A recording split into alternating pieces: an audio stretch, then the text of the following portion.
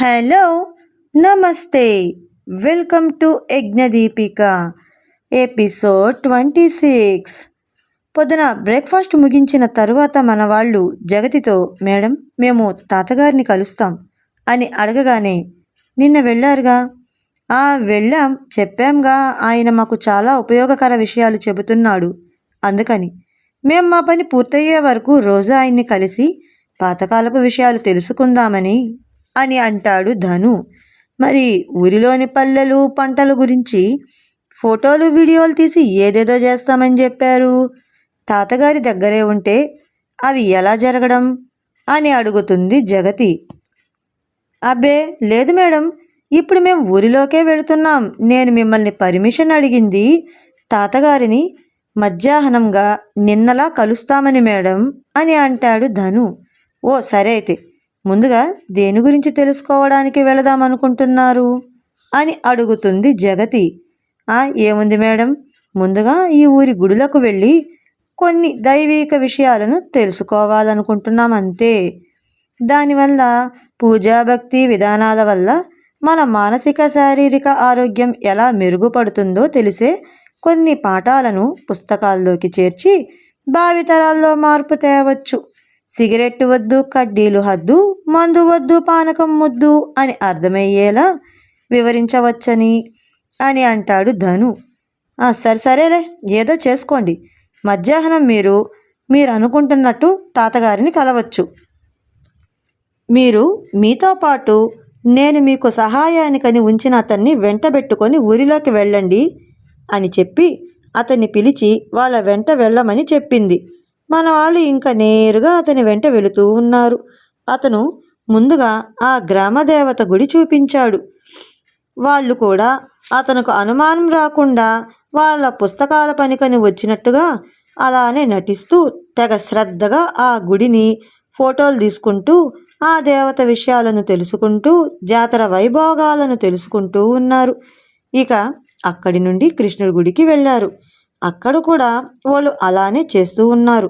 అయితే ఆ గుడి ప్రాచీన రాతి కట్టడి విశేషమైన గుడి కావడంతో మన వాళ్ళు కూడా గుడిలో కొంత ప్రశాంతత, నిశ్శబ్దత, భక్తి శ్రద్ధలతో శ్రద్ధగా గుడిని గమనిస్తూ ఉన్నారు. ఆ కట్టడం, రాతిపై చెక్కిన శిలాకృతి కళ వాళ్ళను ఇంకొంత ఆకర్షిస్తూ ఉంది. ఏదో కంసవధ కథను ప్రతిబింబిస్తున్నట్టున్న ఆ భంగిమలు ఉన్నాయి. వాటిని పరీక్షిస్తూ ప్రదక్షిణలు పూర్తి చేసి లోపలికి గర్భాలయం ముందుకు వచ్చి చేరుకున్నారు. గుడిలోని పంతులు గారు వీళ్లకు హారతి ఇవ్వగానే వీళ్ళు ఆ దైవీక మూర్తికి మరింత మంత్రముగ్ధులవుతూ నమస్కరిస్తూ ఉన్నారు. వీళ్ళు ఆ హారతి అందుకొని ప్రసాదం చేతికి తీసుకొని ఒక వారగా కూర్చున్నారు. వీళ్లకు అవన్నీ అందించిన పురోహితులు కూడా జనమెవ్వరూ లేకపోవడంతో జపమాల చేతబుచ్చుకొని మన వాళ్లకు ఒక పక్కన ఉన్న చిన్న సాపపై కూర్చొని మన వాళ్ళను గమనిస్తూ ఉన్నాడు.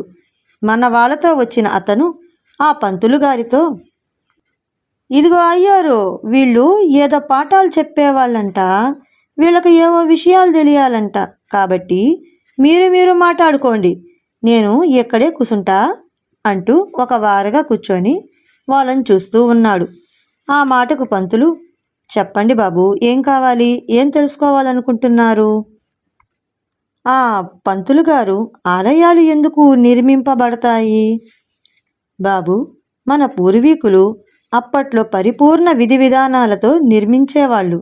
ప్రతి ఆలయంలో కనీసం చిన్నపాటి విశేషమన్నా ఉండేలా చూసుకుంటారు. ప్రతి ఆలయంలోనూ మన పూర్వీకుల ఘనత, దైవాత్మిక చరిత్ర, మన దేశ అమోఘమైన జీవన శైలి ఇలాంటివి ఉండేలా ఉంటాయి. మానవ మనుగడ ఎలా ఉండాలో ఉత్తమమో అలా చెప్పేలా ఉంటాయి.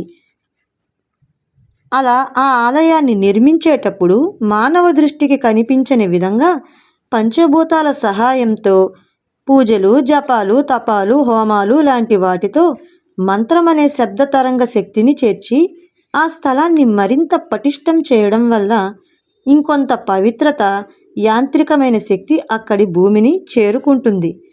భగవంతుని విగ్రహ ప్రతిష్ఠ సమయంలో చేసే కొన్ని పూజల వల్ల ఆ పవిత్ర యాంత్రిక శక్తి అక్కడే స్థాపితమవుతుంది. అది అందరికీ దక్కి ఆనందంగా ఉండడం కోసమని గుడిలో చెప్పులు లేకుండా నడవమని చెబుతూ ఉంటారు. మరికొన్ని గుడులు విశేషంగా చక్రవ్యూహాలతో నిర్మింపబడి ఉంటాయి. అటువంటివి కొన్ని కొన్ని ఆరోగ్యాలను మెరుగుపరుస్తూ ఉంటాయి. అలా మనమేంటో తెలుసుకోవడానికి చాలా వరకు ఆలయాలు కావాలి అని చెబుతాడు పంతులు గారు. ఆలయ విశేషాలు సరేనండి, మరి నాకు చిన్నప్పటి నుంచి ఒక అనుమానం అని అంటాడు వరుణ్. ఏంటో అడగవయ్యా అంటాడు పంతులు. మరి భగవంతుడు ప్రపంచ పాలకుడైనప్పుడు ఆయనకెందుకు ద్వారపాలకులు? మీరేమో వాళ్ళు ద్వారపాలకులు, దేవుని కాపలాదారులు అంటారు. అయినా కొన్ని గుళ్ళల్లో దొంగలు బడి దోచుకుపోతూ ఉన్నారుగా, మరి ఆ పాలకుల విశేషమేంటి అని అడుగుతాడు వరుణ్. అందుకు చిన్నగా నవ్వుతూ, అయ్యా, స్వామి ఉండేది గర్భాలయంలో, అంటే పసిపిల్లల్లో ఎటువంటి కల్మషం లేకుండా, ఎలాంటి ఆలోచన లేకుండా ఎలా ఉంటారో అలా గర్భగుడిలోని దైవం గర్భస్థ శిశువు లాంటిది అని అర్థం. భక్తి నెపంతో ప్రజలు వాళ్ళ కర్మ రాతను మించి అనవసరంగా అవసరం ఉన్నా లేకున్నా అత్యాశతో ఆయన్ను విభిన్న కోరికలతో వేడుకుంటూ ఉంటారు. ప్రసన్నులైన దైవం వరదానం కురిపిస్తూ ఉంటారు. కానీ విధిని ఎవరు తప్పించలేరు. కర్మ అనుభవించి తీరాల్సిందేగా. ఆ గర్భగుడిలోని పసివాడు భక్తులు అడగగానే ఇచ్చేస్తున్నాడని విధి ధర్మంగా ఆ పాలకులు భక్తులను గమనిస్తూ ఉంటారు. వాళ్ళు ఆ వరానికి అర్హులా కాదా అని. విధిరాత ఎలా ఉంటే అలా అని. విధిరాతలో భగవంతుని వరానికి వాళ్ళు అర్హులైతే ద్వారపాలకులు అడ్డుపడరు. ఒకవేళ ఆ భక్తుల తలరాతలో వాళ్ళు కోరినది దక్కేది లేదని ఉంటే ఆ వరం వాళ్ళ వరకు వెళ్లకుండా ఆ గడప దాటనివ్వకుండా ఆపుతారంతే. అంటే వాళ్ళు బాహ్యంగా కనిపించే అశాశ్వతమైన వస్తువులను, అలంకారాలను కాపాడే కాపలాదారులు కాదు, ఆంతర్గికంగా కనిపించని మన కర్మఫలాలను కాపుకాచే కాపలాదారులు అని అంటారు. అలా మరికొన్ని ప్రశ్నలు, మరింత సమాచారాన్ని తెలుసుకుంటూ ఉన్నారు. అలా చాలాసేపు పంతులు గారితో మాట్లాడి జగతితో ఆ నిఘా ఉంచిన అతను, ఏం లేదమ్మగారు, వాళ్ళు నిజంగానే వాళ్ళ పని వాళ్ళు చూసుకున్నారు. గుడిలో దేవుడి విశేషాలంటూ శానా విషయాలడి తెలుసుకున్నారంతే అంటూ వెళ్ళిపోయాడతను. ఆ రోజు కూడా మన వాళ్ళు తాతగారికి మరింత దగ్గరవుతూ మరిన్ని ప్రశ్నలు అడుగుతూ సరదాగా సాయంత్రం వరకు గడిపి గదికి చేరుకున్నారు. టకటకా వాళ్ళ ల్యాప్టాప్స్లో వర్క్ పూర్తి చేసుకొని త్వరగా నిద్రకు ఉపక్రమించి మళ్ళీ అర్ధరాత్రి సమయానికి నిన్నటిలా చెట్ల చాటుకి చేరుకున్నారు. ఇక ఆ దెయ్యం పిల్ల నెమ్మదిగా తడబడుతూ చుట్టూ చూస్తూ తలని తిప్పి చూస్తూ ముందుకు వచ్చి చేరింది. నిన్నటిలా ఆ కృష్ణుని విగ్రహం ముందు మోకరిల్లి బాధపడుతూ ఉంది. తన బాధను చూస్తూ ఉన్న యజ్ఞకు కొంత గుండెల్లో చిన్న బాధగా ఉంది.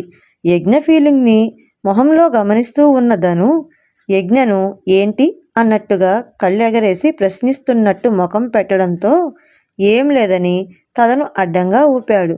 నాకు అర్థమైంది లేరా అని సైగ చేసి చిన్న నవ్వు నవ్వాడు. అలా వాళ్ళు చూస్తూ ఉన్నారు. ఇంక తను దీపం చేతికి తీసుకోగానే మన వాళ్ళు ఆమెను ముందుకు వెళ్ళనివ్వకుండా అడ్డుపడి, చూడండి, మీరు మమ్మల్ని చూసి అనవసరంగా కంగారు పడుతున్నారు. మేము నీకు చేయగలిగితే సహాయం చేద్దామనుకుంటున్నాం. కాబట్టి భయపడకుండా మీ గురించి మీరు చెప్పవచ్చు అని అంటాడు ధను. అప్పటికీ ఆమె మౌనంగా సమాధానం ఇవ్వకుండా ఉంటే, సరే, మాకు అర్థమైంది. నీకు మాపై నమ్మకం వచ్చినప్పుడే చెప్పచ్చు. మేం నిన్ను ఇంకా ఇబ్బంది పెట్టం. నీ పని నువ్వు చూసుకో అని చెప్పడంతో తను టెన్షన్ పడుతూ, నేను మీతో మాట్లాడడం అందరికీ ప్రమాదం అంటూ నెమ్మదిగా అంటుంది. ఆమె మాట్లాడడానికి సిద్ధమైనందుకు కాస్త వాళ్లకు తేలికగా అనిపించండి. చూడండి మేడం, మేం నీతో మాట్లాడినంత మాత్రాన అందరికీ ప్రమాదం ఎందుకు వస్తుంది అని అడుగుతారు.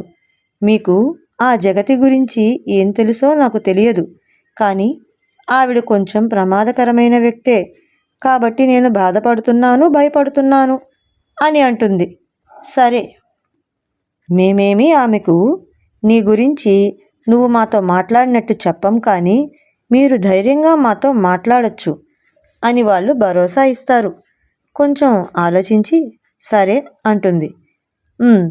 ఇప్పుడు చెప్పు, ఎవరు నువ్వు, ఏంటి అవతారం అని అడుగుతారు. నా పేరు దీపిక. నేను ప్యారిస్లో స్టడీ కంప్లీట్ చేసి తిరిగి మా ఇంటికి వచ్చాను అని అంటుంది. వాళ్ళు శ్రద్ధగా తన గురించి చెబుతున్న మాటల్ని వింటూ ఉన్నారు. మేం బెంగళూరులో ఉంటాం. నా స్టడీ పూర్తి అయినందుకు మా మమ్మీ నన్ను ఫస్ట్ గుడికి వెళదాం, రెడీ అవ్వు అంది. నేను గదిలో నా లగేజీ పెట్టి రెడీ అవుతూ ఉన్నాను. కింద గట్టిగా శబ్దాలు వస్తున్నాయి. ఏంటని నేను వెళ్ళేసరికి మమ్మీని డాడీని కొందరు కొడుతూ బెదిరిస్తూ ఉన్నారు. ఇల్లంతా సామాన్లు చిందరవందరగా పగిలిపడి ఉన్నాయి. నేను భయపడి మమ్మీ మమ్మీ అంటూ వాళ్ళను లేపుదామని వెళుతున్నాను. వాళ్ళల్లో ఒకడు నా జుట్టు బలంగా పట్టుకున్నాడు. నొప్పితో నేను అడుగు ముందుకు వేయలేకపోయాను. మమ్మల్ని ఎందుకు ఇలా చేస్తున్నారు, ప్లీజ్ మమ్మల్ని వదిలేయండి అని వేడుకున్నా. అప్పుడు వినిపించింది వాళ్ళ వెనక నుండి ఆ జగతి స్వరం. వదిలేయటానిక మిమ్మల్ని పట్టుకుంది అంటూ మా ముగ్గురిని బలవంతంగా ఈడ్చుకువచ్చి ఇక్కడకు తెచ్చి పడేశారు. వాళ్ళు ఎవరో, ఎందుకు మమ్మల్ని ఇలా తీసుకొచ్చారో నాకు అస్సలు తెలియదు. నా ముందే మా మమ్మీ డాడీని కొట్టి ఇదిగో ఈ పెంకుటింట్లో పడేశారు. నన్ను కొట్టి ఆ ఇంట్లో పై అంతస్తు గదిలో పడేశారు. నేను మా వాళ్ళను చూడాలని ఎంత ఏడ్చినా నన్ను పంపలేదు, చూడనివ్వలేదు. అలా 2 రోజులు గడిపిన తర్వాత, ఏ పిల్ల, మేము నిన్ను ఎందుకు తీసుకొచ్చామో తెలుసా? ఎందుకంటే నిన్ను ఈ ఇంటి కోడల్ని చేసుకోవడానికి, నా పెద్ద కొడుక్కిచ్చి పెళ్లి చేయడానికి.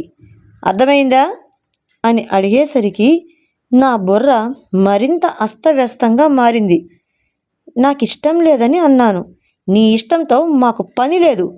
నీకు మీ అమ్మా నాన్నలు కావాలంటే ఈ పెళ్ళి జరిగి తీరాల్సిందే అని నన్ను వేలు పెట్టి బెదిరింపుగా చూపుతూ చెప్పింది. వాళ్లకు కోపం వస్తే మా వాళ్ళకు ఏమవుతుందోనన్న భయంతో వాళ్ళను ఏమి చేయకండి, నేను ఒప్పుకుంటాను, మా వాళ్ళను విడిచిపెట్టండి అని అడిగాను. అలా రా దారికి అని నన్ను ఆ రోజు నుండే పెళ్ళికి సిద్ధం చేస్తూ ఉన్నారు. మా వాళ్ళను నా ముందుకి తోసి, మీ పిల్లను సిద్ధం చేసి తండి, తెల్లారితే పెళ్ళికి ముహూర్తం కానివ్వండి త్వరగా అంటూ వాళ్ళను వదిలి వెళ్ళింది. మాకు ఎవ్వరికీ ఆ పెళ్ళి ఇష్టం లేదు. అప్పటి పరిస్థితిని ఎలా తప్పించుకోవాలో ఆలోచిస్తూ సమయం రాగానే అక్కడి నుండి తప్పించుకొని ఎలానో చీకట్లో పారిపోయే ప్రయత్నం చేశాం. ఎటెళ్తున్నామో ఏ దిక్కున వెళ్తున్నామో కూడా తెలియట్లేదు. కానీ ఊరి పొలిమేరల్లోకి చేరేసరికి వాళ్ళు మమ్మల్ని గట్టిగా పట్టేసుకున్నారు. అప్పటికే తెల్లారిపోయింది. నా ముందే మా వాళ్ళను మళ్ళీ గట్టిగా కొడుతూ ఉన్నారు. వాళ్ళని ఏం చెయ్యొద్దు అని ఆమెను వేడుకున్నాను. ఆమె నన్ను కొట్టి, ఇప్పుడు ముహూర్త సమయం దాటిపోయింది, ఇక మా వాడి పేరు మీద తిరిగి ఇంత బలమైన ముహూర్తం ఇప్పట్లో లేదు, ఇదంతా నీ వల్లే అంటూ మా వాళ్ళను మళ్ళీ ఈ పెంకుటింట్లో వేశారు. నేను వాళ్ళ కోసం ఆమెను చాలా వేడుకున్నాను. సరే అయితే నిన్ను మీ వాళ్ళను చూడటానికని ఒప్పుకుంటాను, కానీ ఇలా కాదు. ఎంత పొగరే నీకు, ఏం తక్కువే నా కొడుక్కి. నీ చదువు అందం చూసే కదా నీకు మీ అమ్మా నాన్నలకు ఇంత టెక్కు. దించుతా, అంతా దించుతా. ఇక ఇప్పటి నుండి తిరిగి మీ పెళ్ళికి ముహూర్తం కుదిరే వరకు నువ్వు ఈ ఇంట్లో నీ వాళ్ళు ఆ పాడుబడ ఇంట్లోనే పడుండాలి. నువ్వు బయట కాంతిని, లోకాన్ని చూడ్డానికి వీల్లేదు. అర్ధరాత్రి చీకట్లో తడుముకుంటూ వెళ్ళి మీ వాళ్ళను చూడొచ్చు.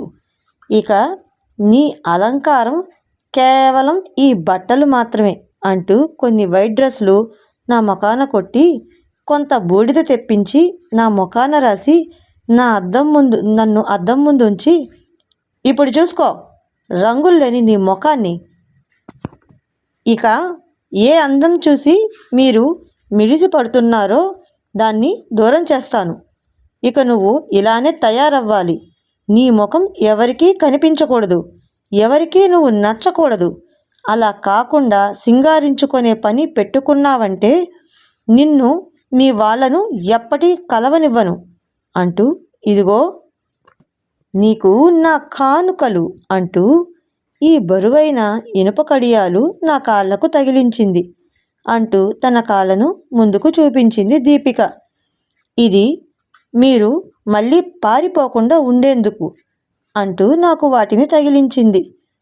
ఇది మీరు అర్ధరాత్రి ఇలా తిరగడమేంటి అని అడిగారు కదా, దానికి సమాధానం. ఇక లోపలున్న వాళ్ళు ఏం చేస్తున్నారో ఏమిటో తెలియట్లేదు. నేను వచ్చేసరికి వాళ్ళు చాలా మత్తులోకి వెళ్ళిపోతున్నారు. నాతో వాళ్ళు ఏమీ మాట్లాడట్లేదు. వాళ్ళు లేస్తే కదా ఈ జగతి మమ్మల్ని ఎందుకిలా చేస్తుందో తెలిసే అవకాశం ఉంటుంది. వాళ్ళను స్పష్టంగా చూసే అవకాశం కూడా నాకు లేదు. నాకు ఎటువంటి లైట్ కూడా ఇవ్వకుండా నాకు ఈ చిన్న దీపం అందేలా చేశారు. లోపల చిన్న గడియారం ఒకటి ఉంది. దాన్ని చూస్తే మా వాళ్ళను చూసుకోమని ఉదయం 4 లోపలే నా గదికి నేరుగా చేరుకోవాలని, త్వరగా వచ్చినా పర్వాలేదు కానీ ఆలస్యంగా వస్తే మాత్రం మళ్ళీ నిన్ను మీ వాళ్ళను కలవనివ్వటానికి పంపమని బెదిరించడంతో నేను త్వరగా తిరిగి వెళ్ళిపోతుంటాను అని సమాధానం చెప్పింది దీపిక. ఆమె చెప్పింది విన్నాక, సరే అయితే మేం కూడా నీతో లోపలికి వస్తాం. లోపల ఏముందో ఎలా ఉందో మీ వాళ్ళ పరిస్థితి ఏమిటో చూస్తాం. అప్పుడే కదా మాకు ఏం చేయాలో కొంత అర్థమవుతుంది అంటూ తన వెంట వాళ్ళు లోపలికి వెళతారు. లోపలికి వెళ్ళగానే తలుపులు వేసి వాళ్ళ ఫోన్లో టార్చ్ ఆన్ చేసి చూస్తూ ఉన్నారు. దీపిక తన చేతిలోని ఉన్న దీపంతో ముందుకు వెళుతూ ఉంది. ఆ ఇంటి మరో గుమ్మంలో ఉన్న గదిలో వెళ్ళంగానే కనిపించారు దీపిక తల్లిదండ్రులు. అస్తవ్యస్తంగా ఉన్న ఆ గదిలో నేలపై స్పృహ లేకుండా గాఢ నిద్రలో ఉన్నట్టు ఉన్నారు. వాళ్ళను ఎంత లేపాలని చూసినా వాళ్ళు అస్సలు కదలట్లేదు. అనుమానంతో ధను ఆ ఇంటిని మొత్తం పరీక్షగా చూస్తూ ఉన్నాడు. దీపిక వాళ్ళ ముందు కూర్చొని బాధపడుతూ ఉంది. ఇది మా పరిస్థితి, వాళ్ళు ఎందుకు మెలకువ రావట్లేదో అంటూ బాధపడుతూ ఉంది. అలా వెతుకుతున్న ధనుకి ఏమీ కనిపించలేదు. ఆ దీపిక తల్లిదండ్రులకు అటుపక్కగా వాళ్లకు ఆ పూట పెట్టించిన భోజనం ప్లేట్లు కనపడ్డాయి. వాటికి ఉన్న మెతుకులను తన జోబీలో నుంచి చిన్న కవరు ఒకటి తీసి అందులోకి వాటిని తీసుకొని దాచుకున్నాడు ధను. నువ్వు ఇక్కడ ఎంత బాధపడినా వేస్టు, ఏం చేయాలో ఆలోచిద్దాం, ముందు ఇక్కడి నుండి బయటకు పద అంటూ ఏడుస్తున్న దీపికాని తీసుకొని బయటకు వచ్చేశారు. వాళ్ళ కోసం ఎదురు చూస్తూ బయట దేవ్, వరుణ్ చూస్తూ ఉన్నారు. వాళ్ళను చూస్తూ దీపిక అక్కడే ఆగిపోవడంతో, భయపడకు, వాళ్ళు కూడా మనవాళ్లే అంటూ అక్కడున్న రాతిపై అందరూ కూర్చుంటూ ఒకరినొకరు పరిచయం చేసుకుంటూ ఉన్నారు. చూడండి దీపిక, మేమిలా అడుగుతున్నామని మరోలా అనుకోకు. ఇకనన్నా మాకు నీ ముఖం చూపించచ్చుగా, ముఖం చూడకుండా ఎలా మాట్లాడడం అని అడుగుతాడు ధను. అవును మేడం, కొంచెం కనికరించండి, అసలే మీ గెటప్కి నాకు భయం పోవడం లేదు అంటూ వణుకుతూ అడుగుతున్నాడు వరుణ్. ఆ మాటకు అందరూ నవ్వుతూ, దీపిక కూడా నెమ్మదిగా తన ముసుగు తీస్తూ మొహమాటంగానే నవ్వుతూ కనపడింది. అప్పటి వరకు ఆమెను చూడాలన్న తపనతో చూస్తూ ఉన్నాడు యజ్ఞ. చక్కటి మొహం, విశాలమైన నుదురు, అరివిల్లు లాంటి కనుబొమ్మలు, మీనాల్లాంటి కళ్ళు, సన్నని ముక్కు, చిరునవ్వు చిందిస్తున్న పెదాలు అందరినీ చూస్తూ ఉంది. ఆమె వైపు నుండి చూపు తిప్పుకోలేని యజ్ఞ తలను పట్టి తన వైపుకు తిప్పుకున్నాడు దేవ్. కొంచెం మమ్మల్ని కూడా చూడొచ్చు కదా అంటూ చిన్నగా యజ్ఞ చెవిలో చెప్పాడు దేవ్. ఓకే ఫ్రెండ్స్, ఏం తెలియనుందో ఏం జరగనుందో వచ్చే వారం